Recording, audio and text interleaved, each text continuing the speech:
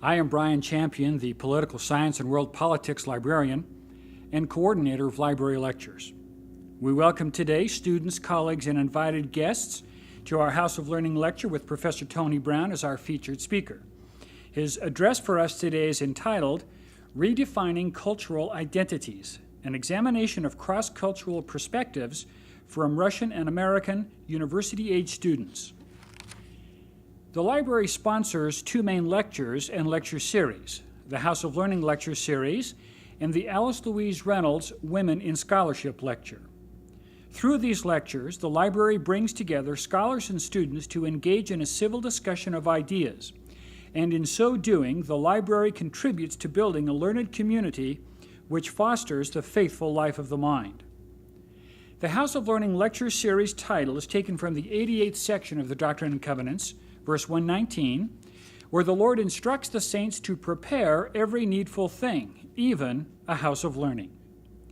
Because the library is the campus repository for the literature of all academic disciplines and scholarship, the library is well positioned to be considered BYU's House of Learning. The Harold B. Lee Library takes seriously its campus role as the intellectual heart of inquiry and knowledge, and is honored to provide this House of Learning lecture today. Now, about today's speaker. Professor Tony Brown earned a Bachelor of Arts degree from Southern Methodist University in 1998 and completed both an MA in 2002 and a PhD in Russian in 2004 from Bryn Mawr College in Pennsylvania. Among other classes here at BYU, he teaches courses in the cultural history of Russia, as well as seminars on advanced Russian grammar. His research interests are varied and include aspects of language policy and planning, particularly as it concerns the Republic of Belarus, and Russo-American cross-cultural studies, about which we shall hear something today. In addition to his scholarship, many students know of his concern for them and for their academic success. He is a role model for them as a faithful scholar. It is with great pleasure today we welcome Professor Tony Brown.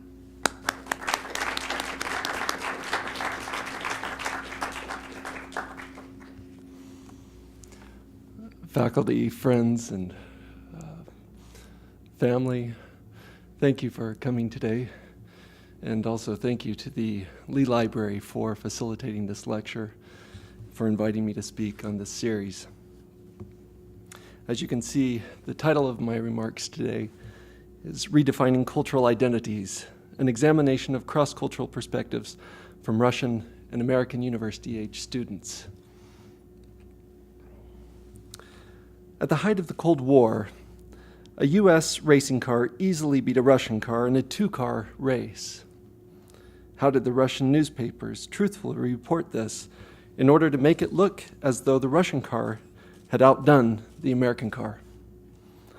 The Russian newspapers reported correctly that the American car came in next to last, while the Russian car came in second. An American newspaper covering the same event could just as easily have reported correctly that the Russian car came in second while the American car came in first.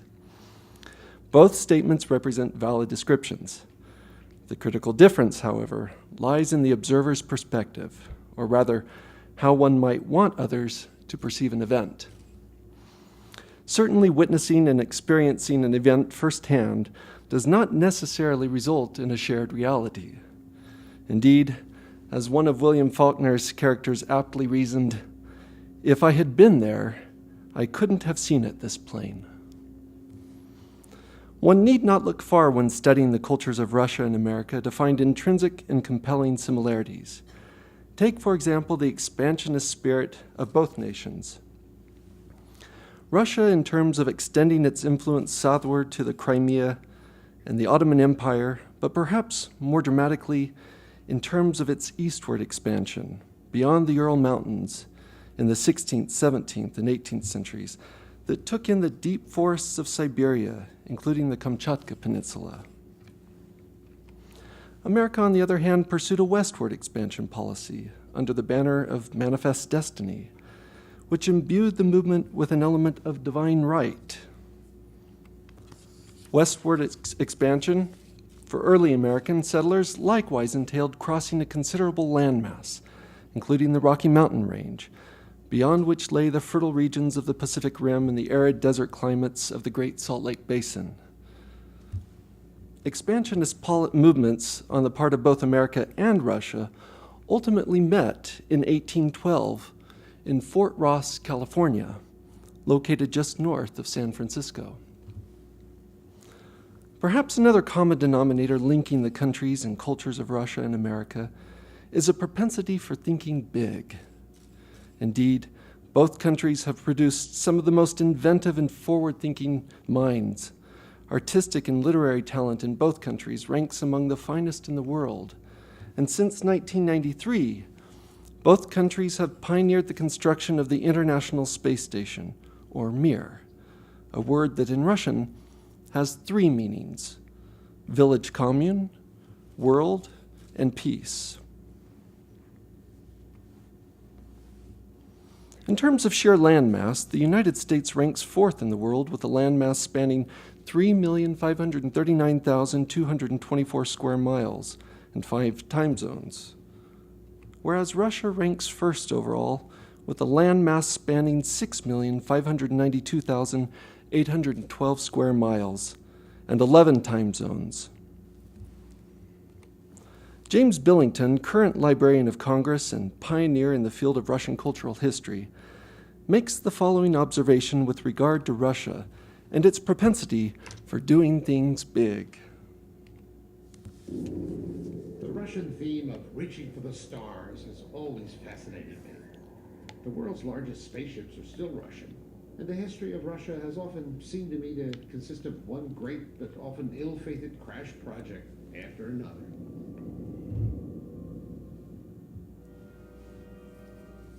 I first discovered Russia as a schoolboy, visiting the New York World's Fair of 1939. I realized as I looked at those models of all the things they were building in the new Soviet Union that this was a country where people thought big. They thought very big indeed. There were real dams and imaginary cities like this plan for transforming the hill in the center of Kiev. Here, where Russians had first accepted Christianity, the communists blew up a historic church to make room for a vast temple to be capped by a statue of Lenin.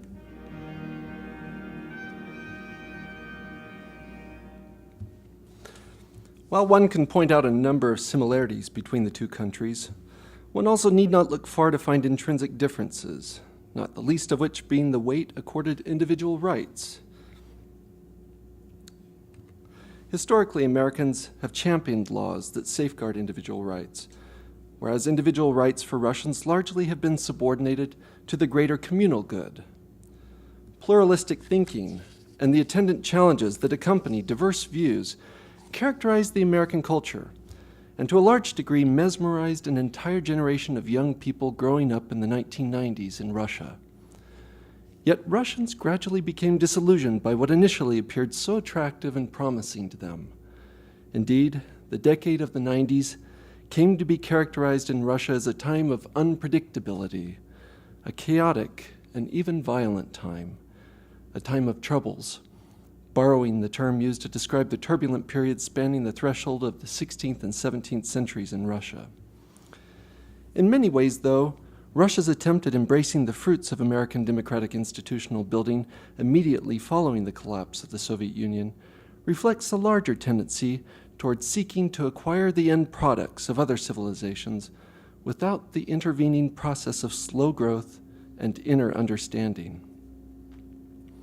Looking back on the 20th century, one can point out a number of unprecedented advances in science and technology that both fostered and impeded intercultural communication between Russia and the United States.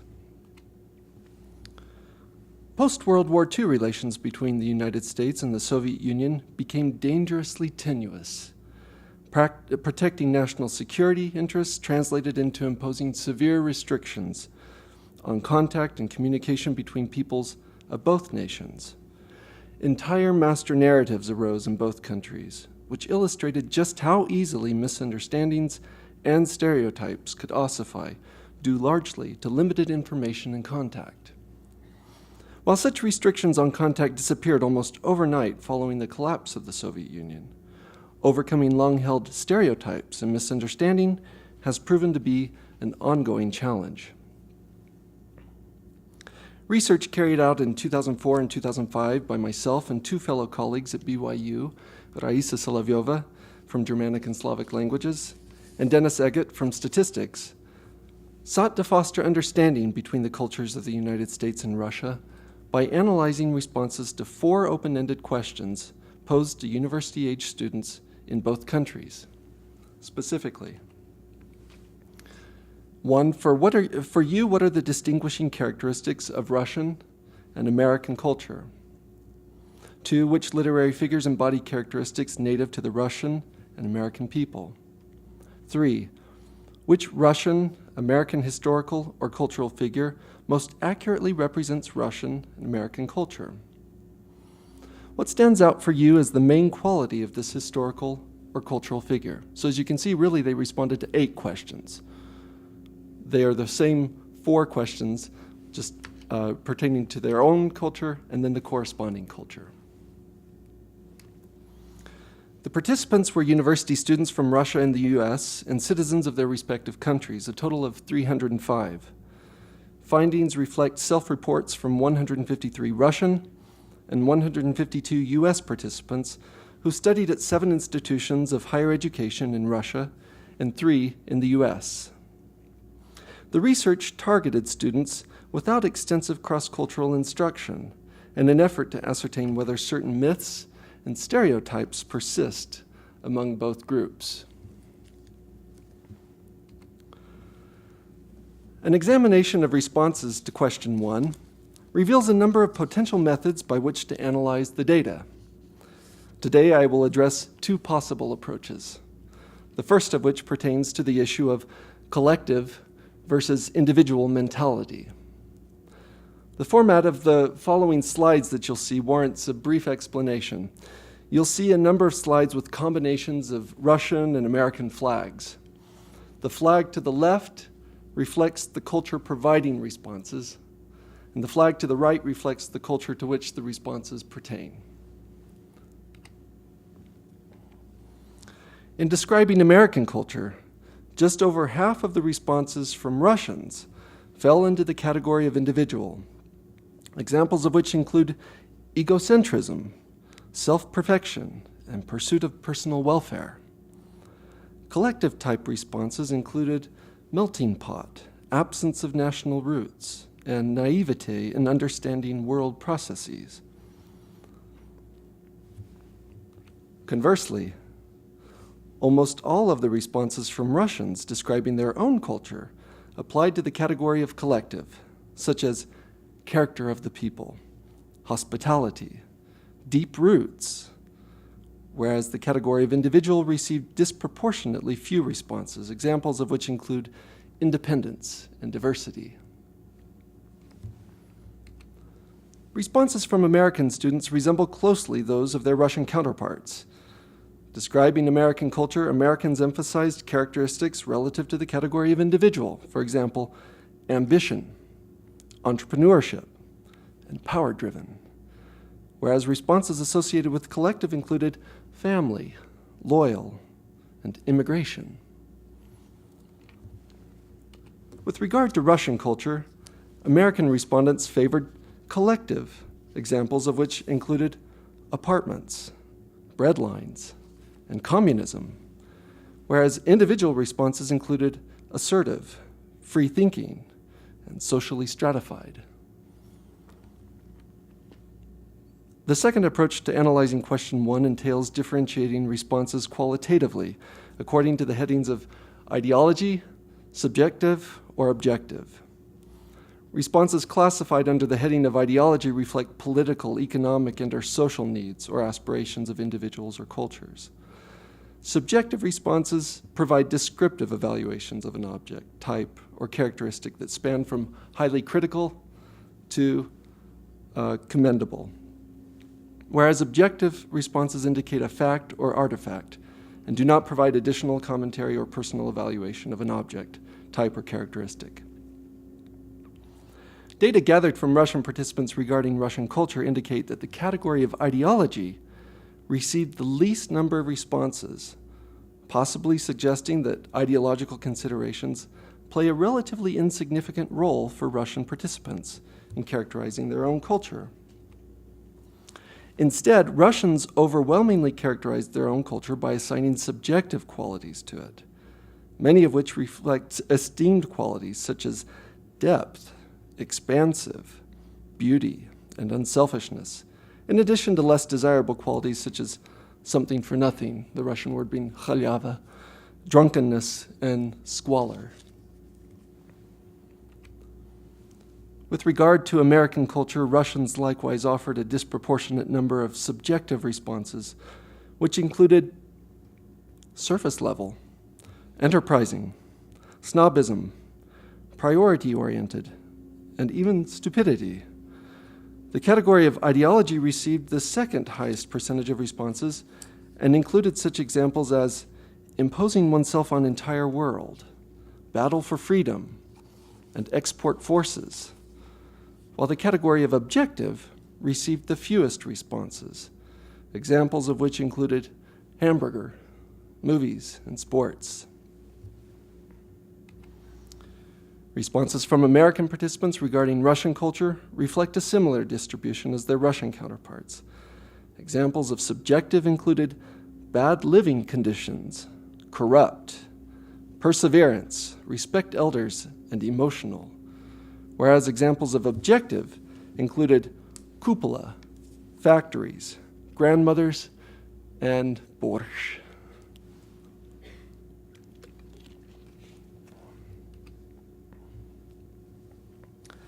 The second question sought to ascertain influential sources contributing to participants' cultural outlook. While the question calls for literary figures, only 1/3 of Russian participant responses pertaining to American culture actually applied to literary figures, of which Mark Twain's characters, specifically Tom Sawyer and Huck Finn, and J.D. Salinger's heroes appeared repeatedly. Conversely, a full 99% of Russian participant responses regarding Russian literary figures applied directly to literature. American participants responding to the question of prominent American literary figures likewise favored Mark Twain, or personages thereof, as evidenced by over 1/3 of respondents citing such figures.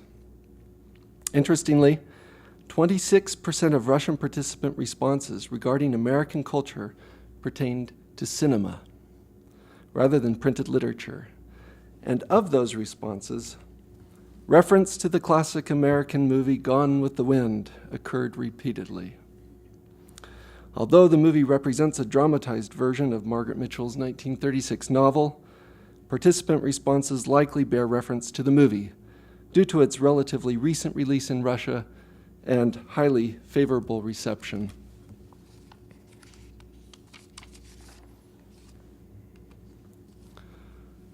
Russian participants also cited such cinematic renditions of literary works as Jane Eyre, King Arthur, and Robin Hood, which, however, do not represent American literature in the first place. Similarly, American cartoon characters appeared prominently in Russian student responses as examples of significant literary figures, including such classic Disney characters as Mickey Mouse and Donald Duck, as well as contemporary characters such as The Simpsons.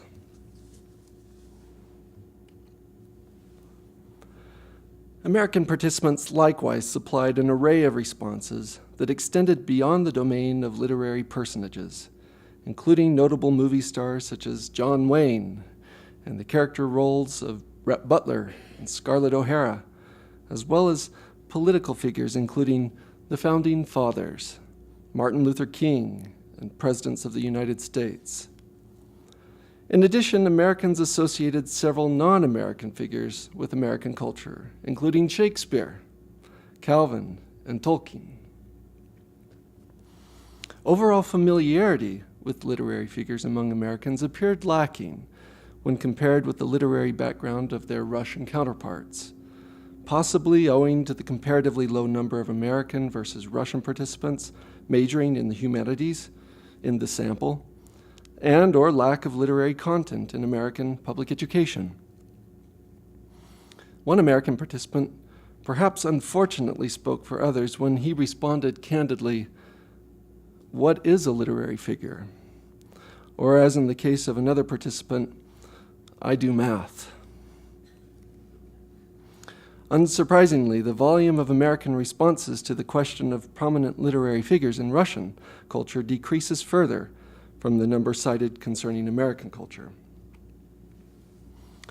Of those authors and respective personages cited by Americans, Tolstoy appears most prominently, along with the characters from his novels including Andrei Bolkonsky, Levin, and Natasha Rostova, followed by Dostoevsky and characters from his works such as Raskolnikov, Sonya, and in general the brothers Karamazov.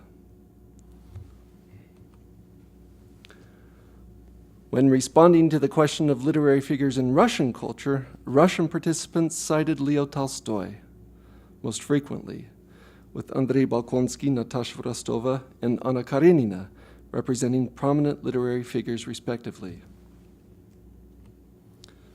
Goncharov, author of the classic Russian novel Oblomov, received the second highest percentage of responses.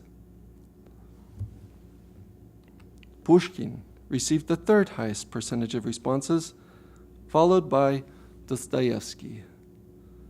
The literary figure of Tatyana Larina from Pushkin's novel in verse Yevgeny Onegin appeared frequently in student responses, as did the fractured figure of Raskolnikov in Dostoevsky's classic novel Crime and Punishment.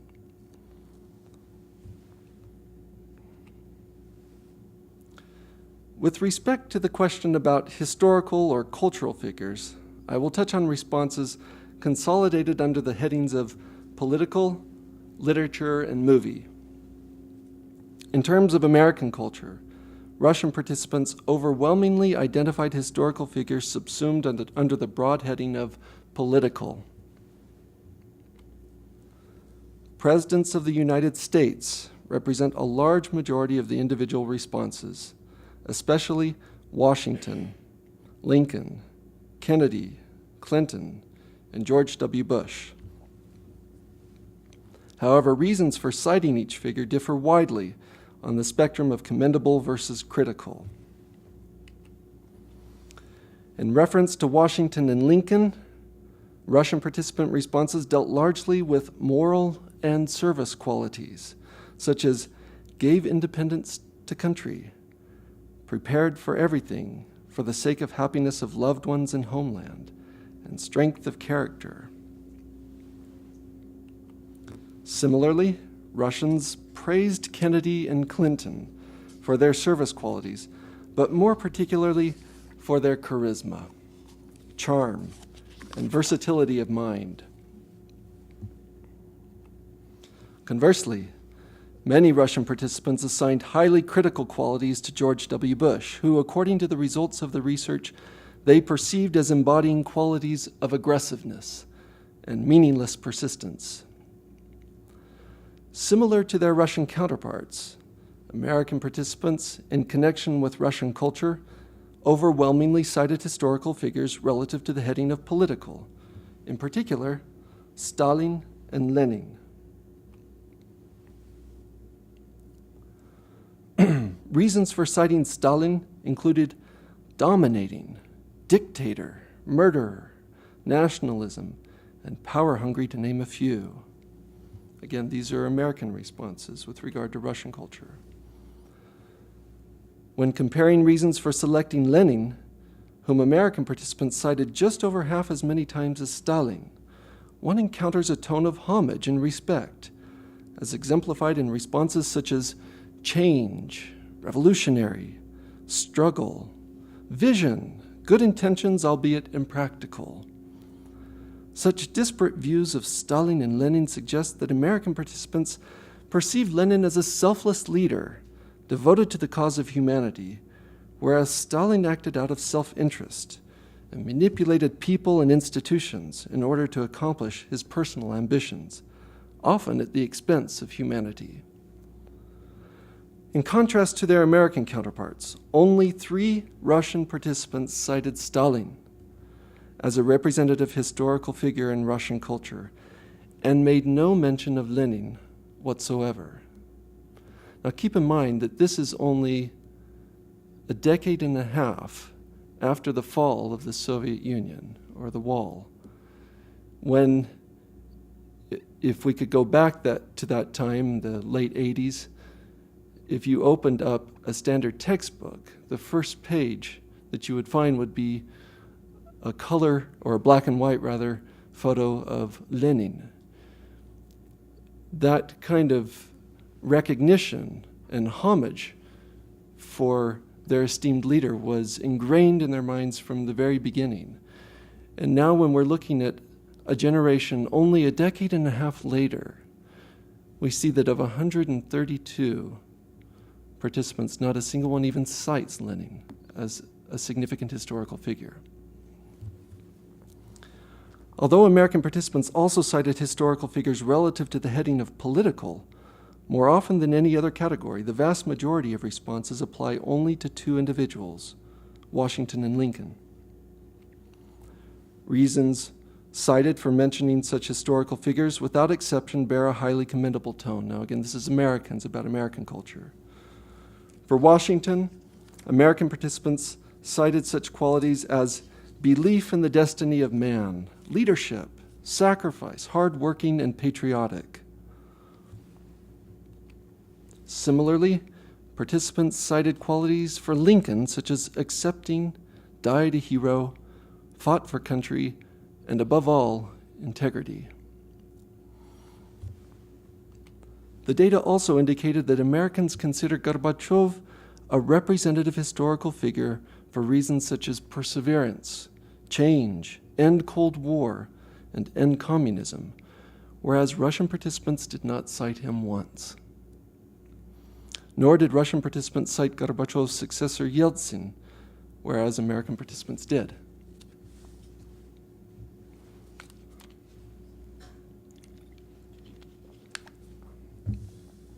Preliminary findings present a number of important implications relative to the study of cross-cultural perspectives. For example, the data suggest that the historical Russian penchant for collectivism and the traditional American preference for individualism are germane in understanding contemporary thinking and should not be dismissed as cultural myth or stereotyping.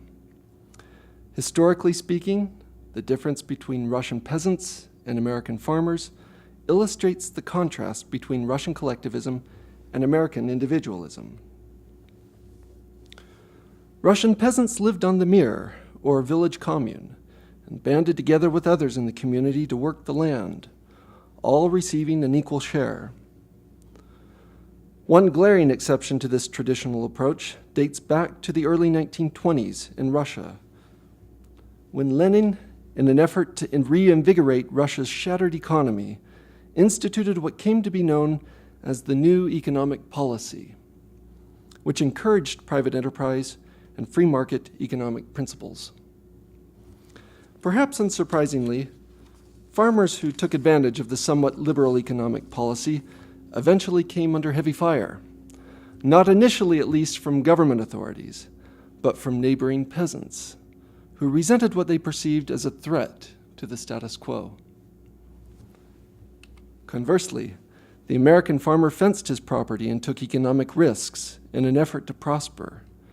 Hard-earned capital benefited both the individual and the economy at large, thus encouraging productivity and ingenuity. The data also indicate a strong preference for subjective cultural characterizations over objective and ideological, despite a lingering rivalry observed by Russian participants regarding their American counterparts that fosters ideological thinking and competition. Interestingly, Russian participants perceived themselves as less ideological than their American counterparts, who they characterized in terms such as aggressiveness, striving to make everybody like themselves, imposing oneself on the entire world, and intruding on other people's business.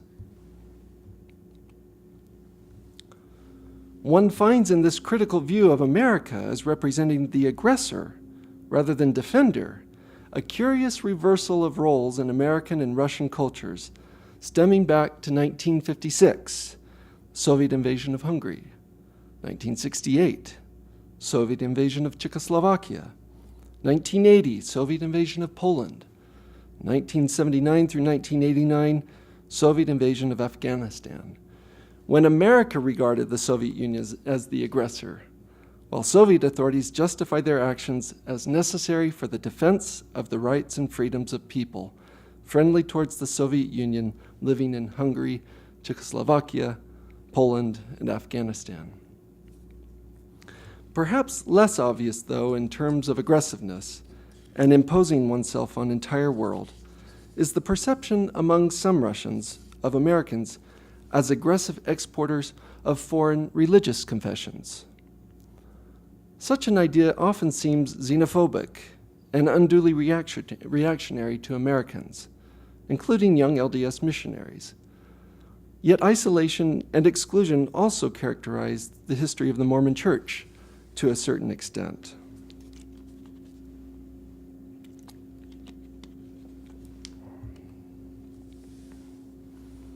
Just as Russia became isolated from Western Europe at the dawn of the Renaissance, owing largely to Mongol invaders who swept across the Russian steppe, leaving destruction in their wake, early members of the Mormon Church became isolated from family and civilization at large. When under duress, they fled across the plains of Iowa and Nebraska, and eventually settled in the distant and seemingly uninhabitable basin of the Great Salt Lake. Isolation from mob violence and religious persecution took on two forms for Mormon settlers in the Salt Lake Valley. The first being physical isolation in the form of the Rocky Mountains that separated the nascent Mormon communities from the government of the United States, while the second being cultural isolation in the sense of suspicion of and occasionally prejudice against outside influence, including outside religious influence. Although the Catholic Church had held rights to property in Salt Lake as early as the pioneer era under the leadership of Brigham Young, deep and long-held suspicion of potential usurpation of a predominantly Mormon community by the Catholic Church lingered as late as the 1950s, when a misunderstanding arose over the wording in a pamphlet published by the Catholic Church in Utah. The pamphlet, entitled "A Foreign Mission Close to Home," sparked an uproar among church leaders who mistakenly interpreted the word mission to imply proselytizing rather than a rudimentary, underfunded parish.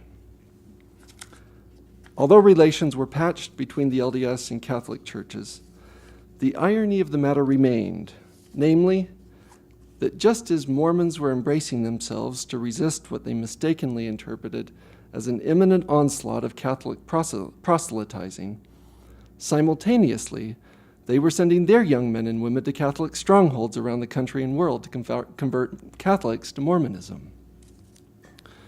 Perhaps a sense of isolation and even xenophobia among followers of Mormonism and Russian Orthodoxy likewise stemmed from an intrinsic belief that apostasy had overtaken the Christian world.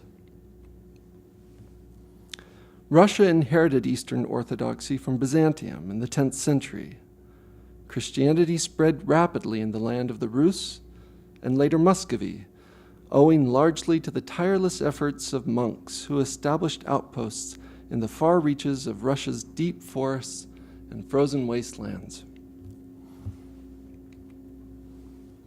Russians traced the one true faith to Rome, but later accorded Constantinople primacy in light of what they perceived as apostasy on the part of church leaders in Rome. When Constantinople forged a union with Rome in the 15th century, thereby also falling away into apostasy in the opinion of the Russian church, Russian monks and the Muscovite princes concluded that Russia henceforth represented the sole bearer of the one true faith. In the words of Philotheus to Ivan III, 2 Romes have fallen, a third stands, a fourth there shall not be. Similarly, the very premise of Mormonism hinges on the belief of an apostasy, as prophesied by Amos and other prophets. Indeed, as Mormon history scholar Richard Bushman points out, the balance of Joseph Smith's 1835 and 1838 accounts of the first vision shifted in emphasis from that of personal forgiveness to the apostasy of the churches.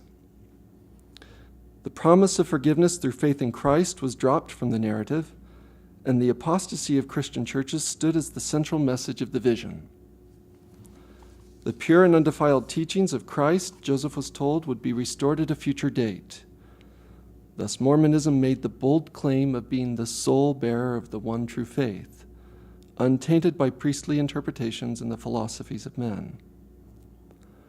Russian Orthodoxy likewise continues to claim the role of bearer of the one true faith, but does not seek necessarily to convert others to the faith by means of proselytizing. By and large, one could argue that internal, rather than external forces, facilitate the spread of Russian Orthodoxy. As James Billington observed, it may be in the last analysis that Russia has been able to overcome all its suffering and extrude all foreign invaders, even including ultimately the alien ideology of Marxist communism, because of the inner strength that comes from the unspoken but widespread belief that Russia is defined at its core by the integrity of its internal life more than by the extent of its external power.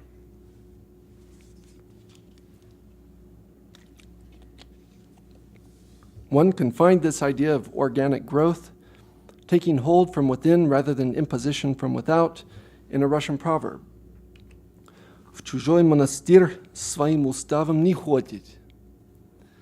Literally translated as, they do not go to a foreign monastery with their own rules. Such a proverb finds its English language corollary in the following, when in Rome, do as the Romans do. Perhaps such an inward-looking approach to conversion sheds light on a statement written by Fyodor Dostoevsky in his novel The Possessed. A man who was not Orthodox could not be Russian. This inner strength, indeed, has sustained Russians over the centuries, both ecumenically and militarily. Perhaps unsurprisingly, Russians interpreted their defense against an invasion from Catholic Teutonic Knights in the 13th century as a military victory, but more importantly, as an outward manifestation of divine intervention on the part of God in order to preserve his chosen bearers of the one true faith. Sergei Eisenstein, in his 1938 film Alexander Nevsky, brilliantly juxtaposed the crusade-like mentality of the Catholic Church with Russian Orthodoxy, and its modest mission as one of defender of the faith rather than exporter. And just as religious ideologies have competed for the Russian soul, so have political ideologies, most vividly that of Marxism, which masqueraded itself as a grassroots political philosophy when in fact its architect and leader Vladimir Lenin imposed the foreign ideology on the people at a tremendous cost in terms of human suffering and bloodshed, not to mention the collapse of the Russian economy. Yet instead of wholesale substituting the one ideology for the other, Russia held on to the old while simultaneously embracing the new, a delicate balancing act to say the least, and one that frequently led to public humiliation, exile to the infamous gulags and/or execution in the dreaded headquarters of the KGB, the Lubyanka. In spite of seemingly impossible odds, Russia emerged from the Soviet era of official atheism with its roots very much still intact.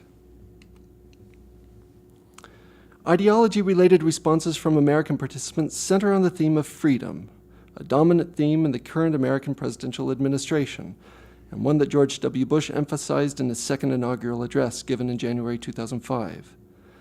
Yet ennobling virtues associated with freedom for American participants can resonate both with positive and negative associations for Russian participants. Case in point, Russian participants' perception of the American invasion of Iraq versus their perception of the manner in which Russia has dealt with Chechnya. During the time that university students participated in this research, Russia was reeling in the aftermath of the Beslan terrorist attack, not to mention dealing with the Chechen War. Yet Russians withheld ideological criticism of themselves, as evidenced by such responses as patriotism and victory of good over evil.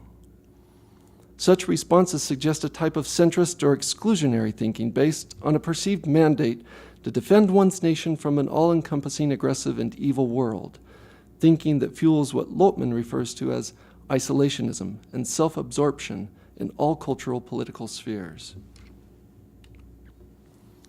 Although subjective responses from American participants regarding Russian culture rarely call into question personal attributes or qualities, they disclose perhaps the primary standard by which Americans measure other cultures, namely that of infrastructural sophistication and development. Conversely, Russian participants frequently criticize American culture, or rather, the absence of culture, thus accentuating a particular strength relative to Russian culture, that of high culture. Each approach to measuring culture carries with it inherent flaws. The American approach in terms of external indices, not necessarily reflective of internal growth or decay, while the Russian approach in terms of refinement and talent, albeit championed by a select few. Ironically, such an approach to cross-cultural assessment contributes to each culture perceiving its counterpart as inferior. In addition, Russian participants' bold juxtaposition of both cultures in terms of depth versus surface-like suggests that Russians associate depth of cultural heritage with historical precedent, an association that affords the New World little chance of competition when compared with its Slavic counterpart. Critical assessments of American culture by Russian participants in and of themselves highlight a salient feature of Russian culture, namely a preference for direct and forthright, albeit subjective characterizations over oblique and possibly couched responses. Unsurprisingly, Russian respondents indicated spontaneity and openness as two characteristics inherent in Russian culture, whereas they cited political correctness and closed nature of people as two qualities inherent in American culture. Conversely, the types of subjective responses given by Americans about Russian culture bear substantial qualitative differences from answers given by Russian participants about American culture. Rarely do American responses call into question the character and integrity of the Russian people as a whole. Rather, they deride institutional shortcomings and corruption, such as bad schools, bad living conditions, corrupt government, and oppressed. This in stark contrast with several Russian estimations of American culture in terms of artificialness, unculturedness, and dumb people with an inflated opinion about themselves.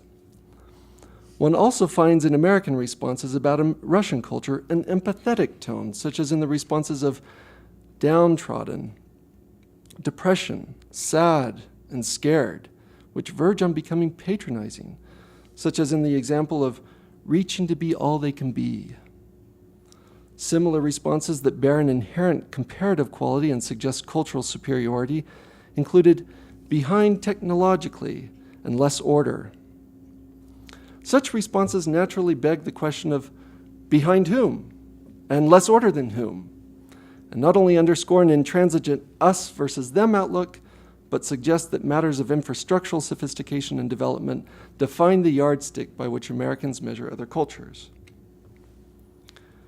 An air of arrogance and superiority demonstrated by Americans did not go unnoticed by Russian participants in their responses. with regard to American culture, as evidenced by such characterizations as feeling of superiority, confidence in superiority, desire to be better than all and everything, and striving to be superior. Comparisons of Russian and American cross-cultural perspectives thus suggest that Russian participants certainly do not pander to American cultural norms and ideals as some American participants seem to believe. Ironically, in light of this finding, Russians indicated snobism as a distinguishing characteristic of American culture, a characteristic that remains conspicuously absent in Russian self-perceptions.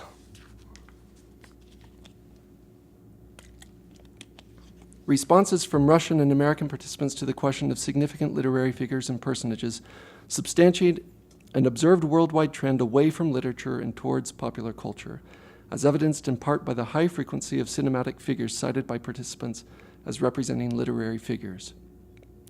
Such findings have particular importance in relation to Russian culture, which for decades boasted of having the most avid readers, but which, according to a survey conducted in 2005, currently ranks 7th in the world. Guardians of this literary tradition have expressed concern over an increasingly prevalent role that television and cinema play in shaping public opinion, arguing that television and cinema encourage mediated rather than active engagement, which occurs when reading. Advocates of active engagement assert that ongoing mediated engagement often fosters passive thinking, a condition that can make one particularly vulnerable to manipulation and deception. Just as mediated engagement raises serious concerns relative to identity formation, so too does the trend towards globalization, which de-emphasizes differences in an effort to promote a world community. Yet the economies of Russia and America hardly represent a level economic playing field, for example, in terms of exported commodities and franchises, thus confounding the term colonization with its euphemistic partner, globalization. Hence the influx of Western culture, especially American popular culture in Russia over the past decade and a half, heralded under the banner of free market economy and globalization, when in fact, one might argue that Russia has succumbed to Coca-Colanization or McDonaldization. Thus, the current generation of Russian university-age students finds itself at an important cultural juncture made all the more dubious due to once clear cultural boundaries, especially during the Soviet era, that have become blurred. Concurrent with the influx of cultural influences, one observes an alarming disappearance of historical memory, especially in relation to Soviet-era historical figures, explainable in part by participants' efforts to disassociate themselves from undesirable historical periods, capable of impacting negatively on external perceptions of their culture. Naturally, the question arises as to whether a country, or in this case, a rising population of university-age students, can distance itself from the past so rapidly and lose substantial historical memory. Such a course would seem to run counter to Russian perceptions of their own culture as that of historicism, many centuries of history, and cultural monuments. Indeed, Russian participants make only passing reference to suffering inflicted by Stalin, and at that, one could argue that such responses actually bear an element of nostalgia. For example, ability to force all implicitly to obey and strength of spirit. Perhaps, as Motzkin points out, Russian participants prefer to remove the ugly part of history from their identity by claiming that that part of the past happened to someone else. Then again, perhaps with the passing of time, people of all cultures, and creeds for that matter, tend to wax nostalgic and forget and or suppress undesirable aspects of the past while preserving and even distorting favorable aspects.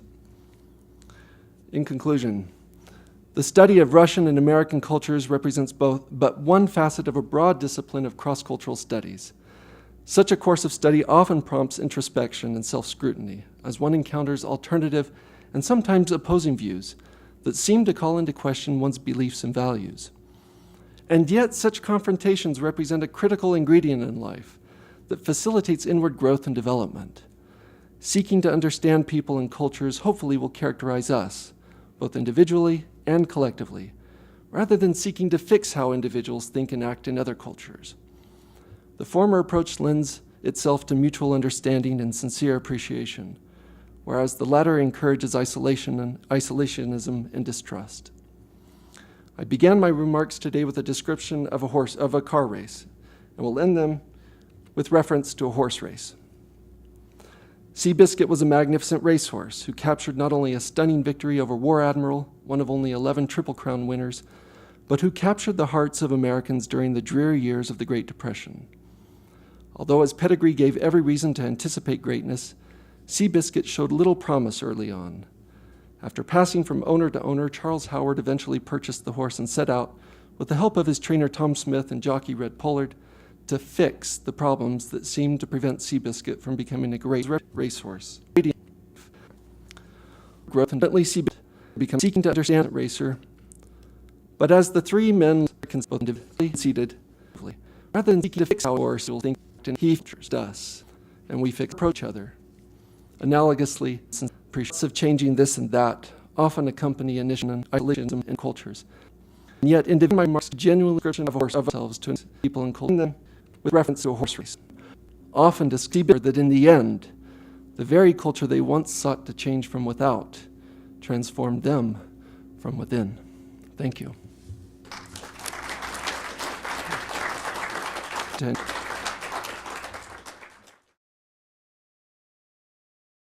Leon. After owner Charles eventually purchased the